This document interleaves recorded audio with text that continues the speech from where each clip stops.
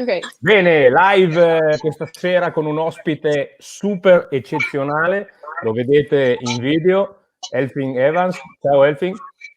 Ciao.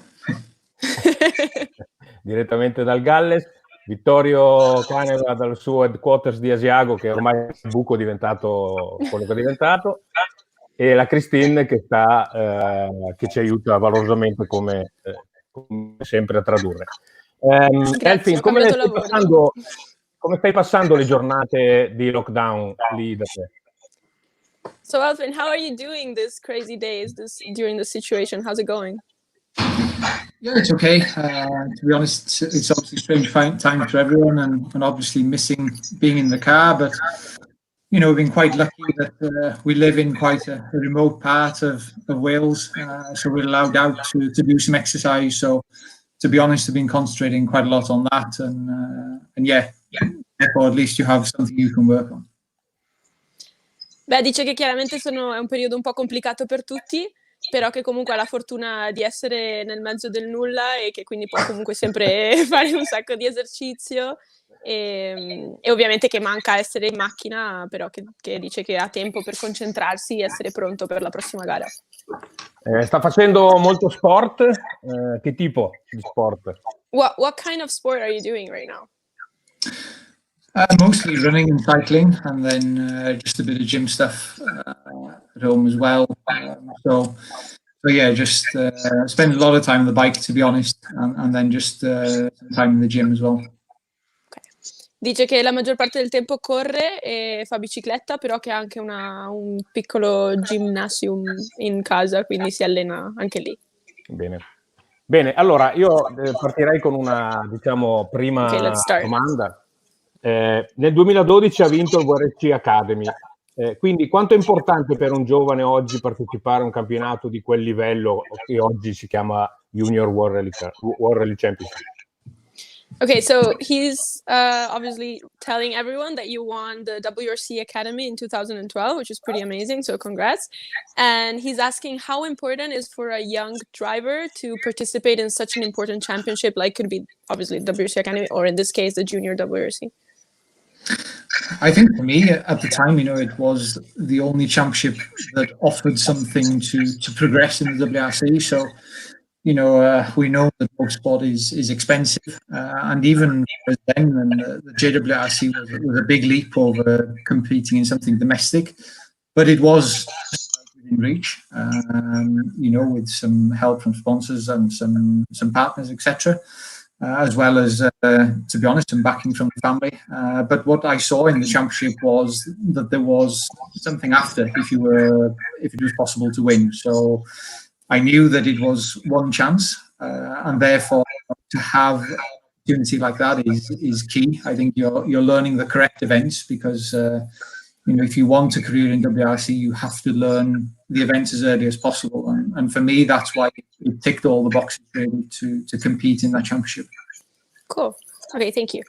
Allora, dice che ovviamente a quel tempo era l'unico campionato che offriva un qualcosa in più, perché dice, chiaro, io volevo arrivare al WRC e quindi era perfetto perché c'era un chance che se passavi ovviamente entravi a correre il WRC. E dice ovviamente che quasi tutto è molto, molto caro, quindi era anche abbastanza fattibile con alcuni sponsor, eccetera. E niente, proprio comunque per lui era perfetto perché offriva un progresso, non era semplicemente un campionato finita lì, era un campionato con qualcosa in più. Certo, bene. Lui ha un ricognitore particolare che è suo papà. Per quale motivo ha scelto suo papà e che rapporto c'è con lui?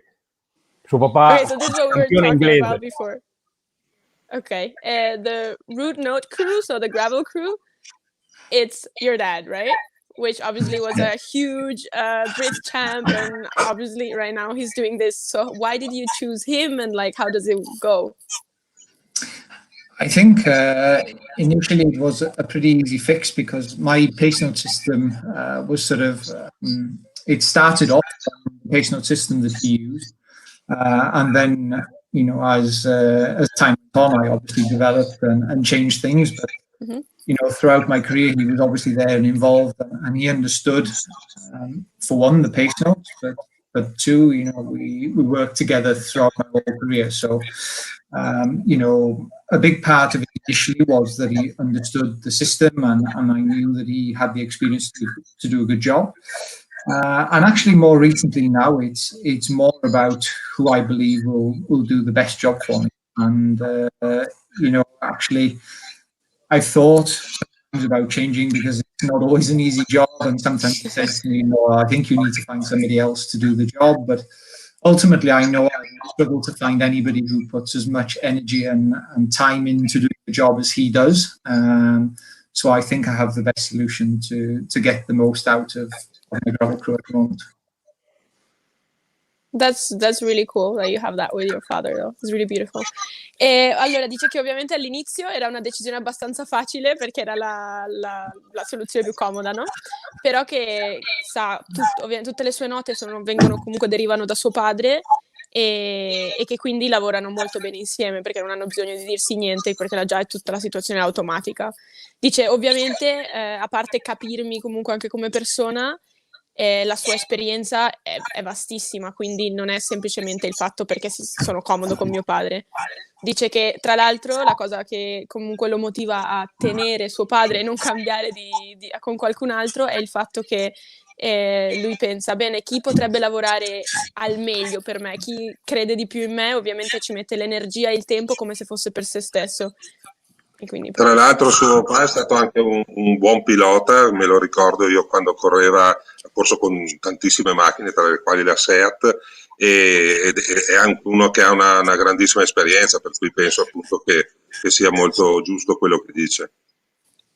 Well, he's saying about how much experience your dad has, and like we said before, that he was like a huge champion at the time, so that obviously is a great choice. Right. Yeah, I mean, he's competed a lot, perhaps not done the full World Championship before, but obviously worked many years with many different manufacturers. So I think he has at least some understanding of what I'm looking for, and obviously now we really try to maximize every little bit we can out of this extra information, or this this extra help that we have for the tarmac rallies. Right. Che comunque cercano sempre di implementare tutto il loro sistema, e che vabbè, sì, ovviamente ha tanta esperienza, ma comunque ha molta esperienza anche di case e concessionari diversi, quindi sa esattamente come funziona. Qua, Vittorio, ci sta la tua domanda sulle note. No, io volevo chiederle invece, questa qui non è neanche una domanda, ma insomma, allora, io l'anno scorso, quando lui ha fatto la Corsica, sono rimasto incollato a VRC Plus tutto per 3 giorni, e poi alla fine l'ultima prova ha avuto una disavventura. Se ci voleva raccontare appunto quel problema che ha avuto, che gli ha fatto perdere una gara che aveva meritato tantissimo di vincere. So he's talking about the Tour de Corse of last year. He said that he was watching the WRC Plus, like, stuck to the TV, but he was wondering, like, if you wanted to explain what happened in the last, like, your problem that didn't let you win the deserved race. Yeah, I mean, it was quite a rough last stage. It was quite, abrasive tarmac, not a road that's used that much.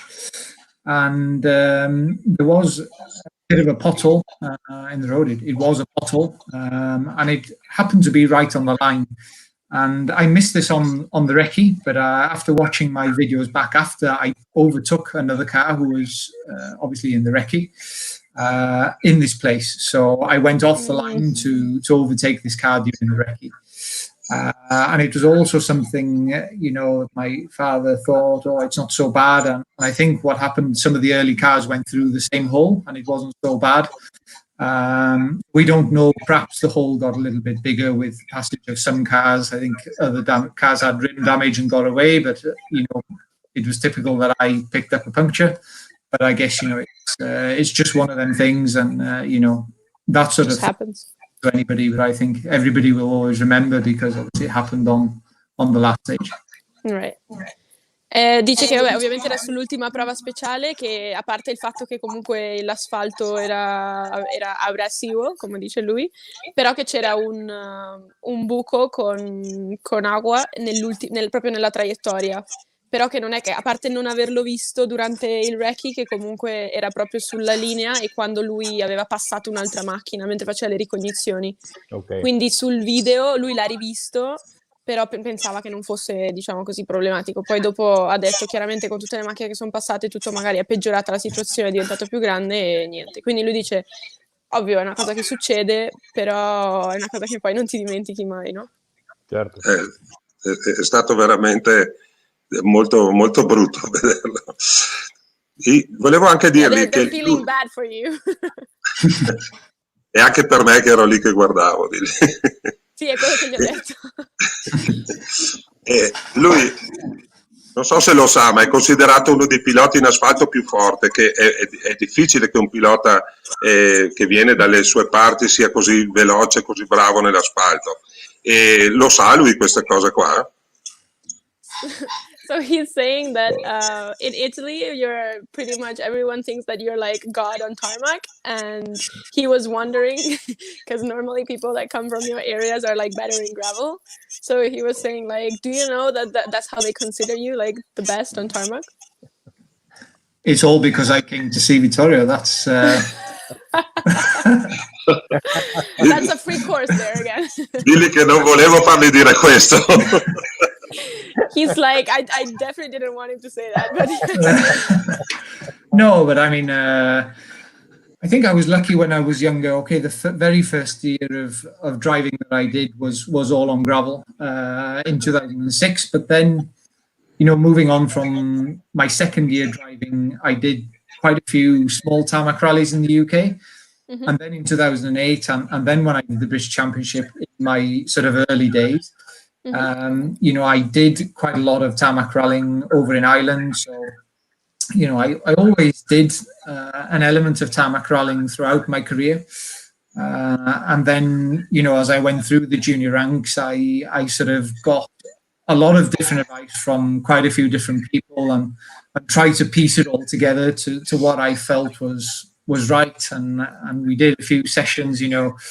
I remember my father making me, you know, we were testing at a small local venue we had, and it was actually like quite icy, but there was a section of the road which was just damp. And I remember him saying to me, oh, you have to learn to go on this on slicks and doing all these type of things. So cool. I think, you know, I had a good variety of conditions in all sorts of type of tarmac, and you know, I had opportunities to learn from a few different people. I tried to piece everything together to what felt good, and it seems to be working so far anyway.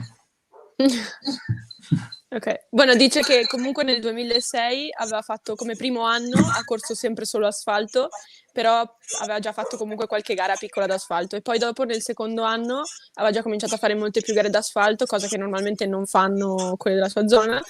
E che comunque correndo il junior ha incontrato tanta gente nel suo cammino, no? Che gli ha dato molti consigli, e quindi ha fatto un po' il puzzle dei consigli che erano più utili e che gli è andato molto bene. E tra l'altro dice che suo padre comunque lo allenava sempre, lo metteva con le slick su un tramo d'asfalto bagnato e gli diceva ok, qua devi andare con lo stesso tempo che fai senza, insomma. Quindi... Ecco. Abbiamo capito. Bene. Vai Maurizio. Sì. Elfyn, nel 2016 hai vinto il campionato inglese. È un campionato che molte volte alcuni piloti stranieri giovani vengono a correre perché è molto impegnativo e pensi sia molto formativo. Okay, so in 2016 you won the Brit Championship. So he's asking, is it like a championship that you think it would be good for like a driver from outside? Because obviously he's saying it's a very hard championship, very difficult one. So would it be like training wise a good rally to take part in, like a good championship? Yeah, I think so. I mean, it definitely has got some good events. I think the championship has had a bit of an up and down time. You know, it always served me well, if you know what I mean. The gravel stages are always very good. Some of the formats now have changed a little bit. I think, you know, rallying is difficult in the UK a little bit at the moment, in that it seems to not have huge amount of people with a lot of money, and therefore the R5 thing has sort of taken off and then not worked so much, and the events have gone from full 2-day international events down to a single day. So now, it's not so much mileage for, a young person to come up with the full championship. Yeah. But, definitely there's some good events and a good variety there, and a good competition as well. I think the guys that are fighting at the front there are pretty competitive. So, it's definitely one to consider to obviously progress. Okay. E dice che sì, ha un sacco di eventi molto molto buoni, però che ha avuto un po' di su e giù, diciamo, che quando lui correva, secondo lui era molto meglio, no? Che serviva di più, e soprattutto dice mi ha servito molto perché ha dei rally di terra buonissimi, però che il format è cambiato durante gli anni, quindi dice ovviamente adesso non sono più 2 giorni, ma è solo un giorno di gara, e non sono così tanti chilometri, quindi c'è varietà, però forse per un pilota che viene da fuori non è più così come una volta. Okay. Anche se dice che comunque i ragazzi che stanno correndo adesso sono molto molto competitivi, anche se non c'è tantissima gente con soldi, diciamo, che partecipi. Certo. Ok, vado avanti, Vito, vuoi fare tu? È lo stesso. Ok. Vai. Nel 2017 a casa sua ha vinto il rally di campionato del mondo. Io me lo ricordo perché ero lì che aspettavo di passare la pedana. Ho visto che durante la premiazione, durante il podio, era molto emozionato. Il mattino dopo, il risveglio, com'è stato? Okay, so we go back to 2017 when you won the WRC Wales, dominating the race, by the way. So he's saying that he saw you when he was passing the ramp, that he saw you very, obviously, emotional about everything. So he's wondering, the next day when you woke up, what were you thinking? I had a pretty sore head, to be honest. So I was thinking about what to have for breakfast that was going to stay down. Yeah, I was feeling pretty sorry for myself on that second day, and I had some live TV and things to do, and it probably took a few days later for the feeling of achievement, let's say, to sink in. But yeah, the next day was not so much fun.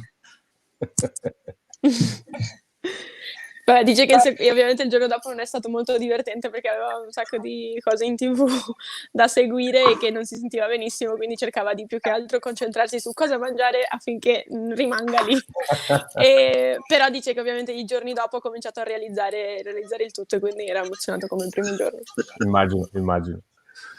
Io volevo chiedere, lui ha fatto una grande esperienza con l'R5 e poi è passato alla VRC. E ha avuto prima VRC, poi R5, poi VRC di nuovo. Può spiegare un po' a quelli che ci ascoltano che differenza c'è tra guidare una Plus e guidare una R5, giusto perché si rendano conto di cosa stiamo parlando, se puoi proprio tradurre tutto questo anche. Okay, so he's saying obviously you went to a WRC then before driving an R5 and then back to a WRC and then back to an R5, whatever.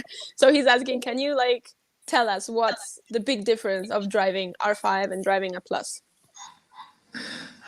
Yeah, obviously when I first went into WRC, I'd only done, I'd spent all my career in front-wheel drive, and I got the opportunity with M Sport to do basically 5 rallies, which turned into 7 in 2013.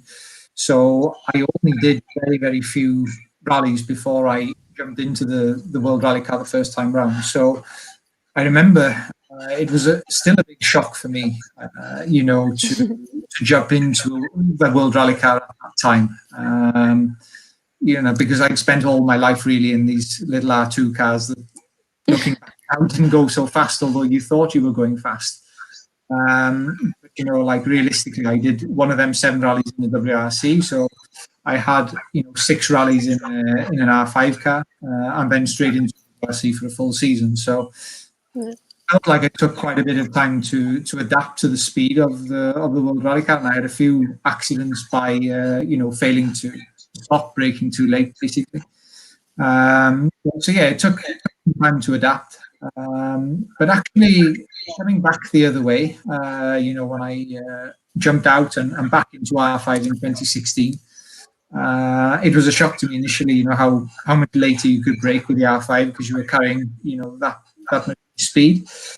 But actually, then when I, jumped back from that into the modern 2017 WRC car, that jump actually felt relatively easy for me at that time. I know I had then the experience of 2 years of WRC, but the new regulation car seemed to, be somehow easier to feel what was going on. Although the car was very, very fast, the performance level, the braking and the stability and everything that went, obviously the aero as well. The package was good, and somehow your approach. So if the corner was flat in an R5, then it was also flat in a World Rally car. And if you needed a little lift, then you needed a little lift in the other car. So from that side of things, it was much easier to go actually back into the new generation World Rally car this time around. Ok, cool. Thanks. Allora dice che, vabbè, ovviamente lui ha fatto tutta la sua vita correndo con queste piccole R2, come le chiama lui, e quindi fare il salto comunque tutto d'un tratto all'R5 e poi dopo fare 5 rally e subito entrare nel VRC è stato difficile, no? Perché infatti dice ho fatto abbastanza incidenti anche tra l'altro perché non riuscivo bene a capire la frenata e quindi avevo bisogno di tempo per adattarmi. E l'ha chiamato proprio shock il momento in cui è entrato.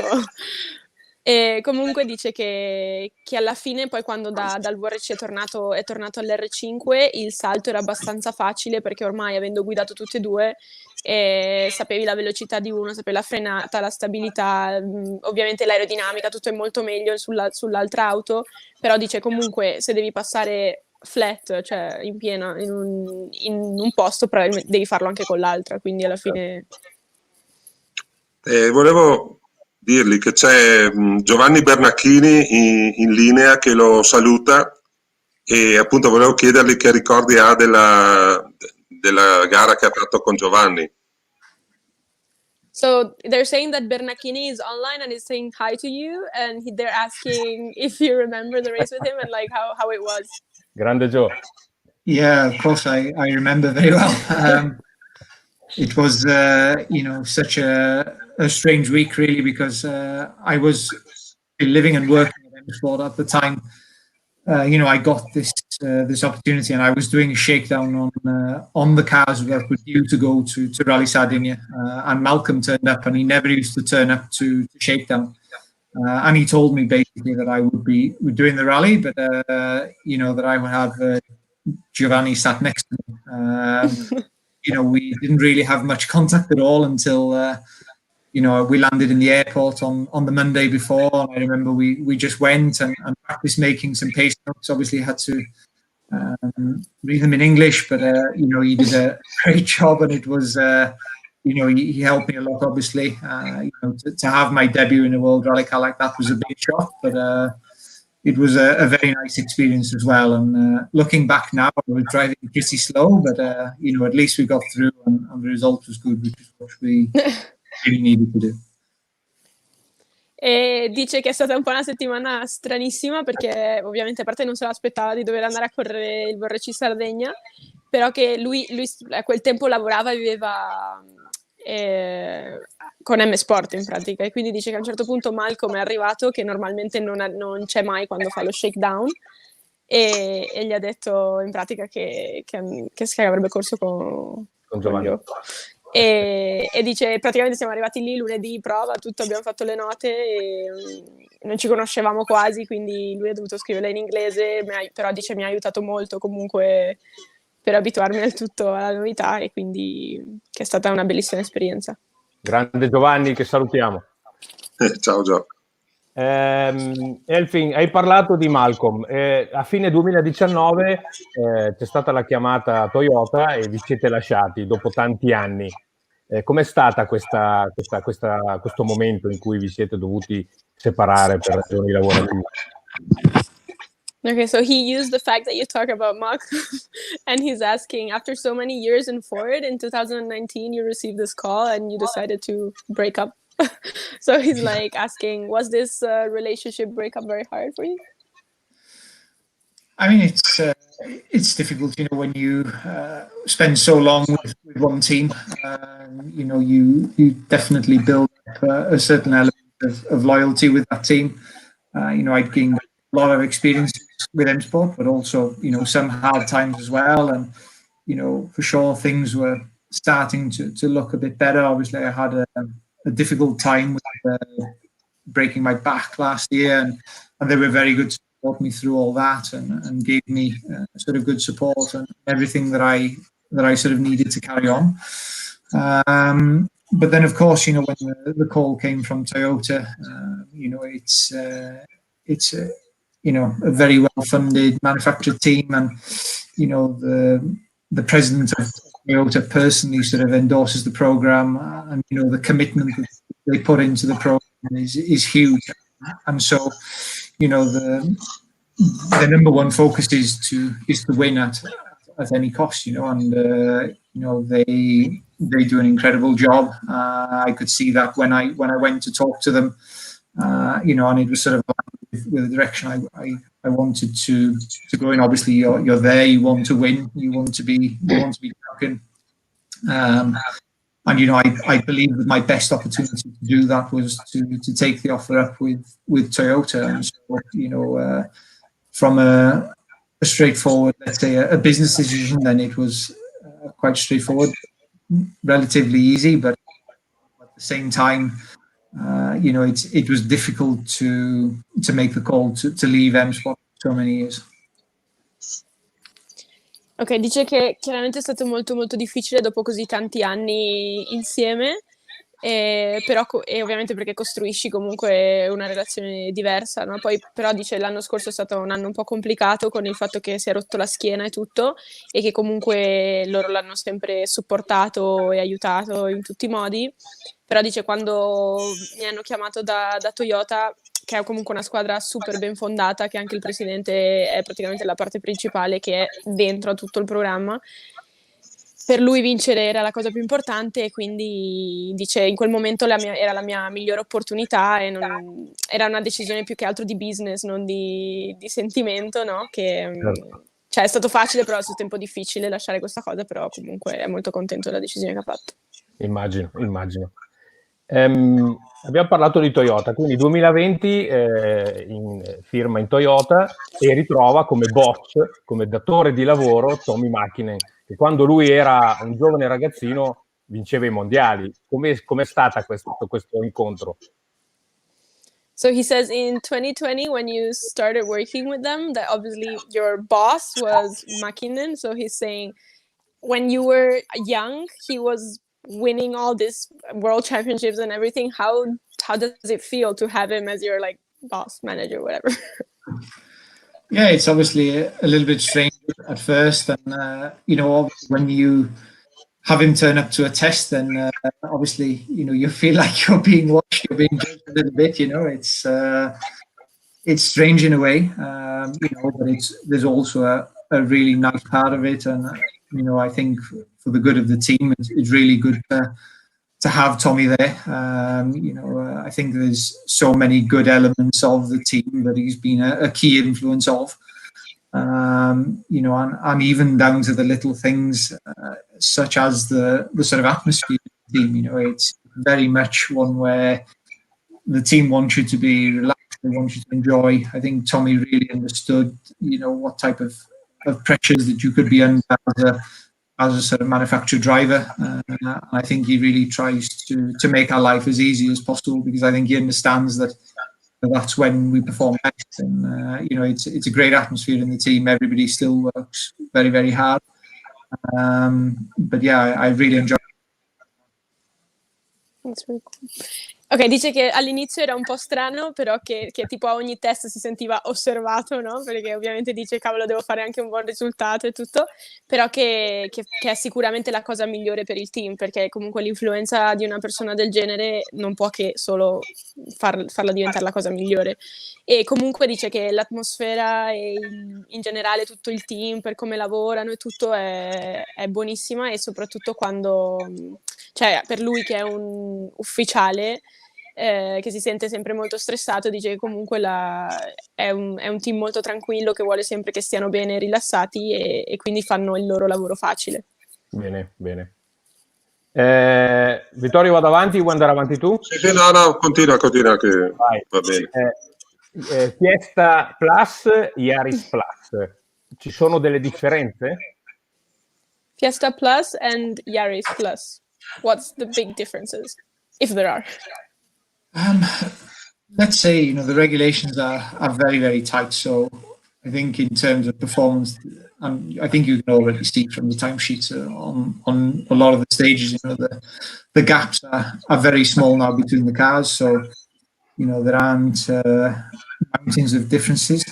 I think you can visibly see on the outside that the Yaris has, great traction. It's a very reactive car as well. And I think big thing that it gives behind the wheel is confidence, and that really helps when the conditions are changeable to really perform well. So I think these are very good strong points of the Yaris. But the Fiesta was also a great car. The cars are very evenly matched, and the reality is with the regulations as they are, there's only so much you can do to make the difference. And obviously the team is looking for every little detail to make the difference, but in essence to drive it's not night and day difference.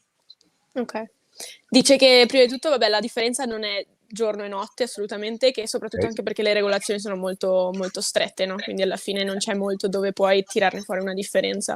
Certo. Però dice che comunque gli Yaris a livello di trazione e di reazione, secondo lui è la migliore, e quindi quando questo è buono ti trasmette una confidenza molto superiore all'altra macchina, e che comunque la Fiesta è una buonissima auto, però si tira di là. Ok. Tra il team Ford dopo il team Ford è approdato al team Toyota, che è un big team in tutti i sensi. Quali sono le più evidenti differenze tra un piccolo team e un grande team? Okay, what's the big differences of Team Ford against Team Toyota? A livello di organizzazione, di tutto, insomma. Yeah, organizing wise and everything.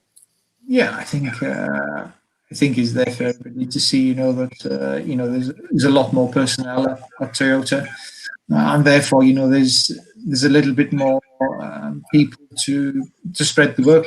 I think what M Sport 4 are doing, as a structure with the budget and everything they have is remarkable. To be honest, to achieve the level of performance they are with the resource they have is incredible. So I think still, obviously therefore that's what attracted me to be with Toyota, and I think the attention to detail is just that little bit higher, and I guess that comes from having the power and ability to work on the little details. Ok. Ok, dice che ovviamente c'è molto più personale e quindi ogni lavoro è più diversificato. Il budget chiaramente influisce molto, quindi è quello che è, cioè Toyota è molto più grande, però dice io sono anche stato molto attratto dal fatto che pongono molta attenzione al dettaglio, e quindi per avere la miglior performance comunque è la squadra migliore. Ok. Vittorio? Lui ha preso il posto di Tanak praticamente quest'anno alla Toyota. Cosa pensa di Tanak? Che abbia digerito male la Hyundai, oppure che va come l'anno scorso, solo che con solo 3 gare non possiamo ancora vederlo? So he says that he basically got Tanak's place. So he's wondering if you think that Tanak didn't like that, and do you think that Hyundai is not feeling really well, or he's doing fine? Because obviously we just had 3 races, so we can. I have no idea, to be honest. I mean, for sure, it always takes time to settle into a new team. I don't have any reason to believe he's particularly unhappy with how things have gone. Obviously, he was quite a lucky guy after Monte Carlo. I mean, we were all glad to see him walk from that accident with, hardly no injuries. So that was good. But yeah, I mean, you would have to ask him about that. I can't really comment. Ok, dice che ovviamente bisognerebbe chiedere a lui, che non sa come si sente, però dice soprattutto è stato molto fortunato a venirne fuori dall'ultimo incidente a Monte Carlo, però che dice è normale comunque quando entri in una squadra nuova che devi un po' capire come è messo tutto, no? Quindi dice non credo che sia non felice nel nuovo team, semplicemente che... Chiedigli anche come si trova con Ogier come compagno di squadra. Okay, how's your relationship with Ogier? Like, are you happy about having him as your teammate? Yeah, I think I already had a good working relationship with him at Ford, and we always worked well together in the direction of the car and everything like that. So when I found out that he would be my teammate at Toyota, I was naturally quite happy to be working with Seb again. And also with Calais, obviously he's a really exciting talent and proved already that he can be already very consistent and very fast. So I think we have 3 drivers who are obviously trying to beat each other, but we're all very willing to share information and work together for the benefit of the team as well. So I think at the moment things are working well, and I'm enjoying working with both of them. Dice che comunque aveva una buonissima relazione già prima quando in Ford con Seb, quindi che ovviamente era molto felice di sapere che sarebbe stato il suo compagno in Toyota, e anche comunque con Calle che ha dimostrato quello che sa fare, la velocità, ed è molto consistente. Quindi dice ovviamente siamo 3 che vogliamo vincere tutti e 3, siamo contro, però che lavorano insieme per il team. Chiedi se sa quando riprenderanno a fare dei test, quando cominceranno di nuovo a lavorare, se ha già delle date oppure se non sa ancora niente. Do you know if do you have a test day or something coming up yet, or no idea about what's going on? No idea. It's obviously very difficult times, and the borders are still closed in many of the European countries, so it's more or less impossible to do anything at the moment. So not so much driving at the moment. Ok, dice che no, non ha ancora non sa niente, soprattutto che ci sono i confini chiusi in molte zone dell'Europa, quindi purtroppo non ha ancora un paio di idea. Non ci sono ancora delle date, insomma, sicure. No. Capito? Solo qua in Italia ci sono. Anche in America, eh? Sì. Loro già a luglio hanno la prima gara della VA. Maurizio, tu che sei un navigatore, chiedili delle note un pochettino, dai, che vediamo com'è. Elfyn, dal 2012, quando hai vinto il WRC Junior Academy ad oggi, le tue note, quale evoluzione hanno avuto? So since 2012, when you won the WRC Junior, what are the big changes in your pace notes? Actually, I haven't changed a huge amount. The system essentially works, more or less the same. Mm-hmm. I would say I've tended to need more information as the years have gone on. However, I'm trying to achieve that by using less words. So it's about really changing, how to process the information, how to get me the information I need without, the driver having to speak too much. Because if you have to process too many words, I think it's so easy to remain relaxed and also to process the information quickly. So it's really the majority of the evolution I've done since then is, simplifying the amount of words, but also, adding information. I think I've gone to add more information as we need to, find every little bit of detail and every bit of speed. That's cool. Dice che non ha cambiato molto in realtà, che l'unica cosa che nota che durante gli anni ovviamente ha bisogno di più informazione, però che comunque vuole usare meno parole.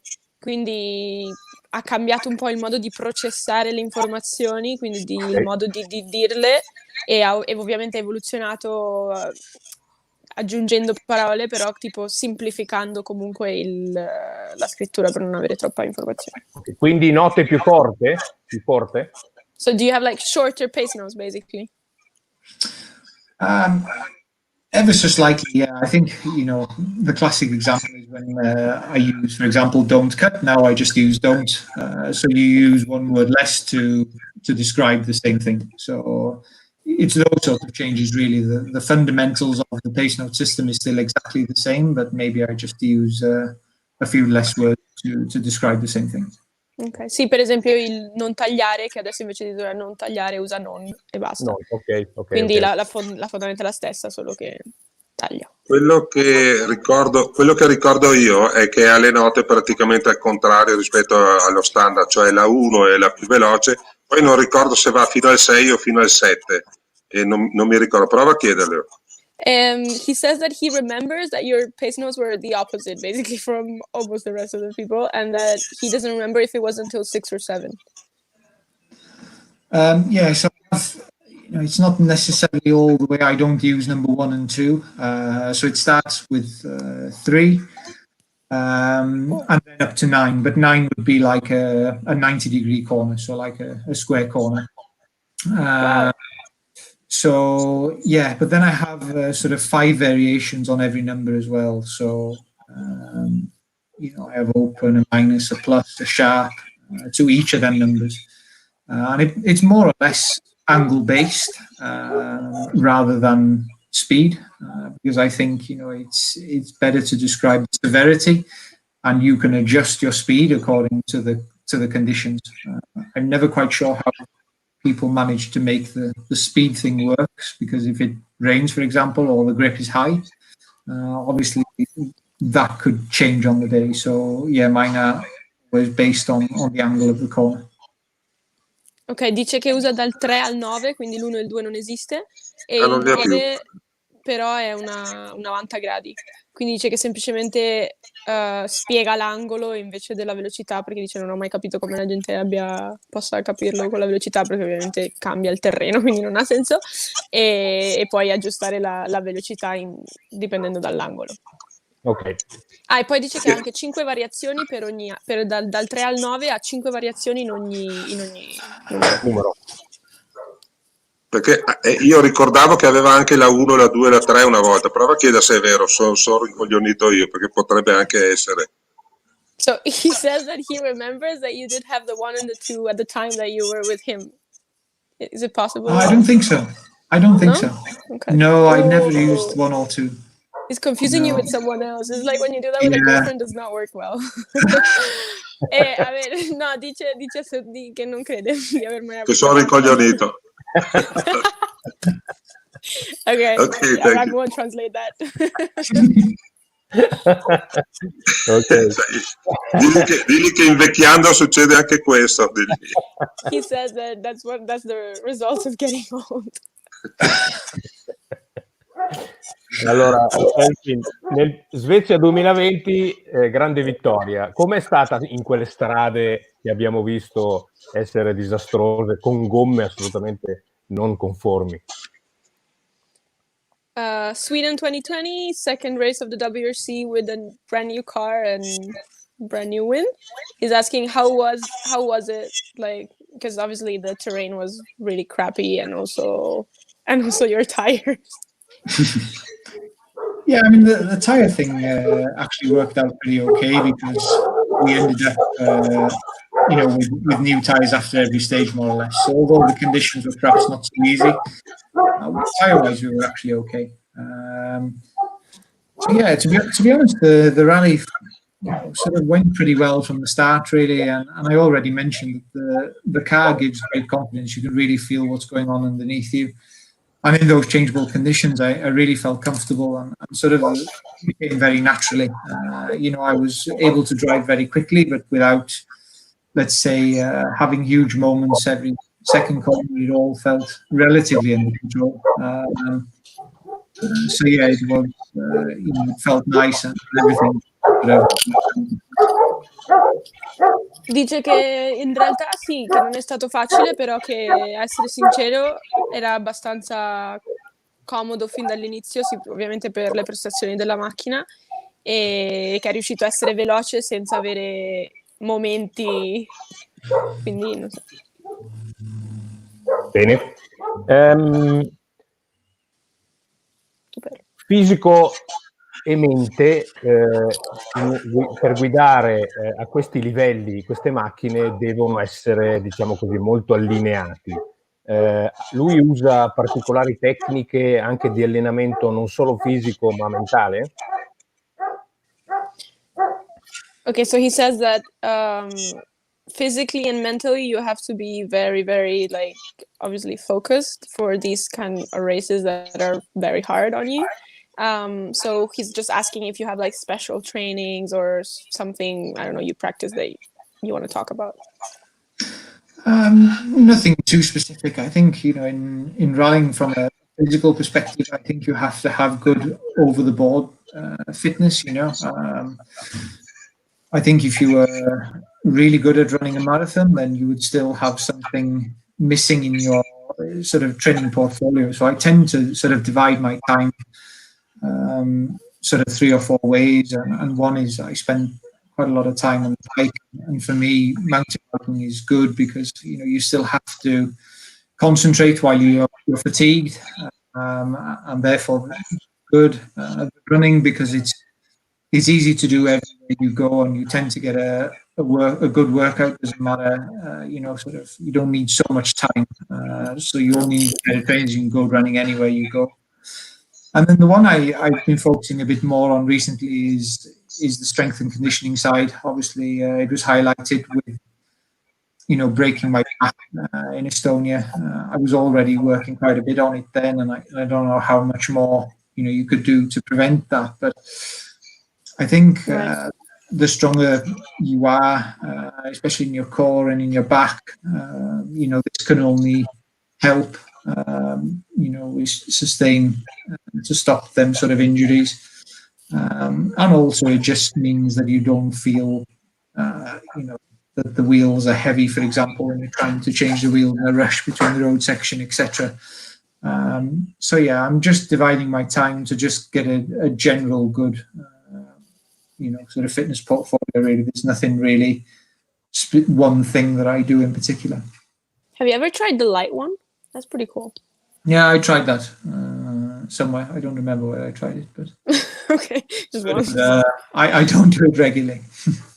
Ok, allora dice che di molto specifico non ha niente in particolare, che comunque cerca di dividere un po' il suo tempo in diversificare, quindi sì, fare cardio, però fare anche molto core e cercare di trovare sport dove concentri ovviamente la fatica, quindi per esempio andare in mountain climb, quindi con la bici e fare anche tipo scalata, roba del genere, ti aiuta molto. Correre perché è facile e ovviamente da quando si è rotto la schiena in Estonia dice che cerca di trovare allenamenti più specifici per rafforzare un po' il corpo, perché dice non so se avrei potuto evitarlo, però comunque dice ovviamente dopo che mi è successa una cosa del genere cerco di stare più attento e nada, questo. Una domanda da un fan, diciamo Epic Rally Tribe. Scegli una macchina da rally tra tutte quelle costruite dagli anni 70 ad oggi. Su quale prova speciale la guideresti e perché? Okay, so they're asking us which rally car from the 70s till now you would choose, and which state would you ride? Like, would you race on? Any car. That's a good question.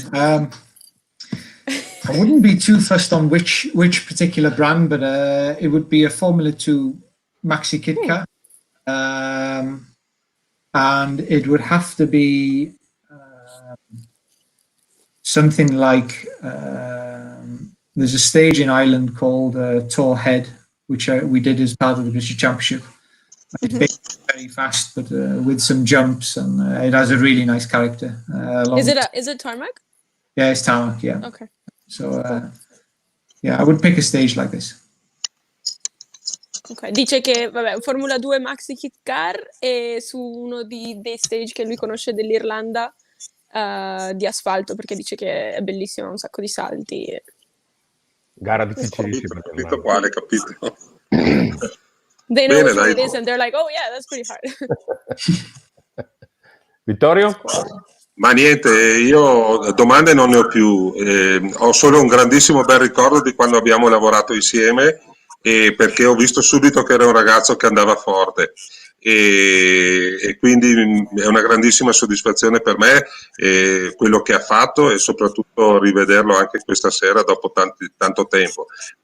Non vedermelo insomma nelle dirette di VRC, ma vedermelo qua tutto per noi. E quindi lo ringrazio tanto e sono veramente entusiasta di quello che lui ha fatto. Okay, so basically he's thanking you for everything and he's really excited to see you after so long, not just in the WRC plus little screen. And pretty much that's it. Thank you for coming. No, thank you for having us, and Vittorio, thank you again for your time many years ago now, back in 2012. I really enjoyed my time there at the school, and I still remember some of the things you teach me even now. So yeah, thanks for that. Did he hit you too? Sorry? Did he hit you too? Hit me? No. Oh, he was nice with you. Okay, I remember that. Dice che ha dei ricordi bellissimi e che tuttora ha un sacco di consigli tuoi che comunque tiene molto a cuore, quindi che è stato bello anche per lui rivederti. Bene, Grazie, bene. grazie Filippo. Bene, direi che ci siamo. Noi ringraziamo di cuore Elfyn per essere stato qui con noi, di aver soprattutto dedicato il suo tempo prezioso in questi minuti con noi, che speriamo siano piaciuti anche a tutti quanti. Per cui lo salutiamo, grazie di cuore. Io volevo dirgli ancora una cosa, che quando andrò in pensione andrò a trovarlo in una gara del VRC, magari quella che vincerà, e voglio stringergli anche la mano, perché da qui faccio fatica a stringergli la mano. He says he wants to, when he's going to stop working, he wants to come and watch a WRC race, hopefully one that you're going to win, so that he can actually congratulate you in person and give you his hand, because right now it's a bit complicated. Yeah, sure. Yeah, look forward to that. E un saluto anche a suo papà che conosco personalmente, esatto. Per cui un grande abbraccio e grazie di cuore veramente. And a huge hug to your dad too. Yeah, I'll send him my regards. Okay, thank you for coming then. Ciao Elfyn. Cheers. Ciao Elfyn. Ciao, grazie. Thank you very much. Bye. Ciao. No problem.